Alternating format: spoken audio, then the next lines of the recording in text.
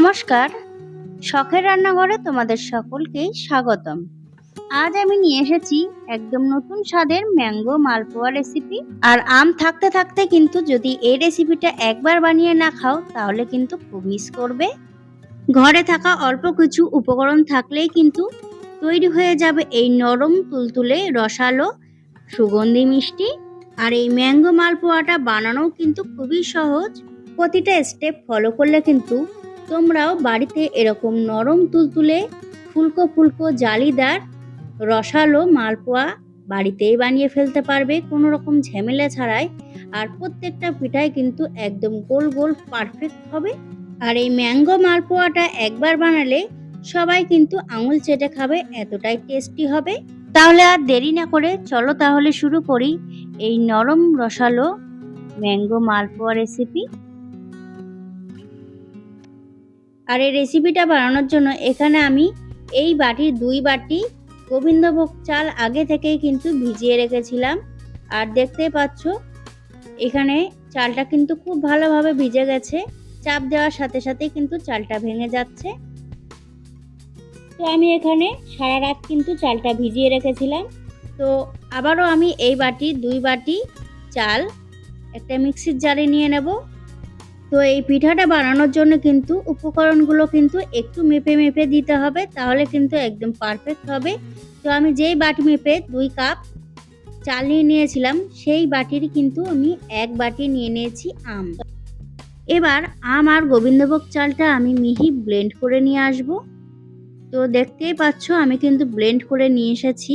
এবার একটা চামচের সাহায্যে আমি তোমাদেরকে তুলেও দেখিয়ে দিচ্ছি কতটা মিহি এখানে ব্লেন্ড করে নিয়ে এসেছি আমি। এরকমই কিন্তু মিহি ব্লেন্ড করতে হবে। এবার আমি এখানে একটা বাটি নিয়ে নিয়েছি, আর এই বাটির মধ্যে কিন্তু আমি পুরো ব্যাটারটাই ঢেলে নেব। এবার ওই একই বাটি মেপে আমি দিয়ে দেব 1 বাটি চিনি। চিনিটা দিয়ে দেওয়ার পরে খুব ভালোভাবে সবকটা উপকরণ একটু ভালো করে মিশিয়ে নিতে হবে, কারণ চিনিটা গলে গেলে কিন্তু ব্যাটারটা একটু পাতলা হয়ে যাবে। সেই জন্য চিনিটা দেওয়ার পরে খুব ভালোভাবে কিন্তু মিশিয়ে নিতে হবে। তো আমি একটা হ্যান্ড হুইক্সের সাহায্যে খুব ভালো করে মিশিয়ে নিচ্ছি, দেখতেই পাচ্ছ তোমরা। এইভাবেই কিন্তু মিশিয়ে নিতে হবে। চিনিটা গলে যাওয়ার পরে ব্যাটারটা দেখতেই পাচ্ছ কতটা পাতলা হয়েছে। এবার বাইন্ডিং এর জন্য আমি দিয়ে দেব 1 বাটি ময়দা। ওই একই বাটি কিন্তু মেপে আমি 1 বাটি ময়দা দিয়ে দিয়েছি। ময়দা দিয়ে দেওয়ার পরে আমি আবারও খুব ভালোভাবে একটু ব্যাটারটাকে মেখে নেব। আবারও আমি হ্যান্ড হুইক্সের সাহায্যে খুব ভালো করে কিন্তু ব্যাটারটাকে মেখে নেব। খেয়াল রাখতে হবে ময়দার কোনো রকম দলাভাব যাতে এর মধ্যে না থাকে, সেটা কিন্তু একটু খেয়াল রাখতে হবে। ময়দার দলাভাব থাকলে কিন্তু পিঠাগুলো খেতে ভালো লাগবে না। আর ময়দাটা দেওয়ার পরে দেখতেই পাচ্ছ ব্যাটারটা কতটা ভারী বা মোটা হয়ে গেছে। আমি একটা চামচের সাহায্যে তুলেও তোমাদেরকে দেখিয়ে দিচ্ছি কতটা ভারী হয়েছে ব্যাটারটা। এবার কিন্তু আমি এখানে জল ব্যবহার করব। তো এখানে আমি উষ্ণ গরম জল নিয়ে নিয়েছি 1/2 বাটির একটু বেশি। জলের মধ্যে একটা আঙুল দিয়ে আমি তোমাদেরকে দেখিয়ে দিচ্ছি, আঙুলটা যতক্ষণ সহ্য করতে পারবে সেরকম জলটাই কিন্তু এর মধ্যে দিতে হবে ব্যাটারটার মধ্যে। তো জলটা দিয়ে আবারও আমি ব্যাটারটাকে একটু পাতলা করে নেব। আমি কিন্তু এখানে 1/2 বাটির একটু বেশি জল নিয়েছি, আর এই পুরো জলটাই কিন্তু আমি অল্প অল্প করে দিতে থাকবো। অল্প একটু দেব, মেশাবো, আবার অল্প একটু দিয়ে মেশাবো। এইভাবে কিন্তু অল্প অল্প দিতে হবে আর মেশাতে হবে, একবারে কিন্তু সবটুকু জল ঢেলে দেওয়া যাবে না। আর এই পর্যায়ে এখন দেখতেই পারছো ব্যাটারটা কিন্তু একদম সিল্কি স্মুথ হয়েছে।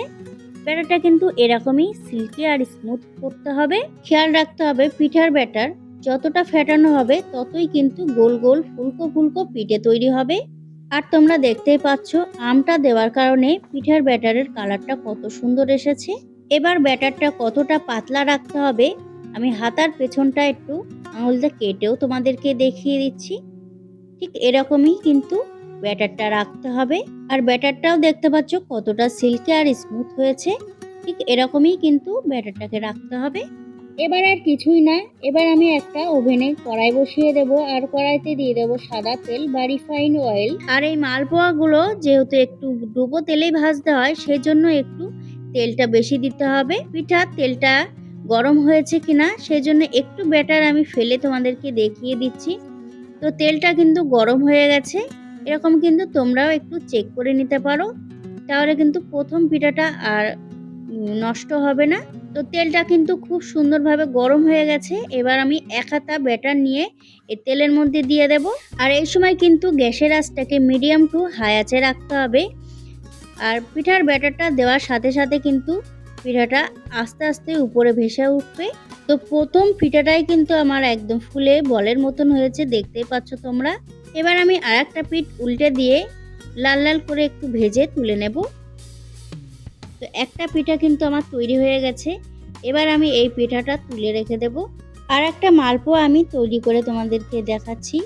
সেমভাবে তেলের মধ্যে 1 হাতা ব্যাটার দেওয়ার পরে এভাবেই কিন্তু ছেড়ে দেব। দেখতেই পাচ্ছ পিঠাটা কিন্তু ফুলতে শুরু করেছে। এবার আমি পিঠাটাকে উল্টে দেব, আবারও লাল লাল করে ভেজে আমি তুলে নেব। তাহলে বন্ধুরা, এই ম্যাঙ্গো মালপোয়া রেসিপিটা তোমাদের কেমন লেগেছে অবশ্যই কিন্তু আমাকে কমেন্টে জানাতে ভুলবে না। আর রেসিপিটা যদি ভালো লেগে থাকে তাহলে একটা লাইক করে দেবে।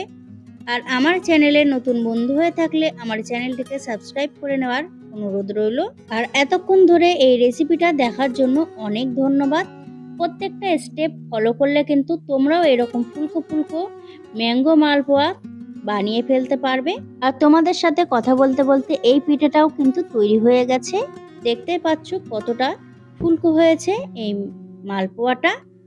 তো সবকটা মালপোয়াই কিন্তু আমি তৈরি করে নিয়েছি। এবার আমি একটা কেটেও তোমাদেরকে দেখিয়ে দিচ্ছি ভেতরটা কতটা জালিদার হয়েছে।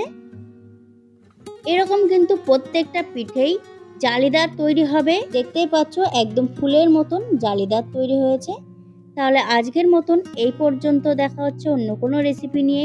ততক্ষণে সবাই ভালো থাকবে, সুস্থ থাকবে। নমস্কার।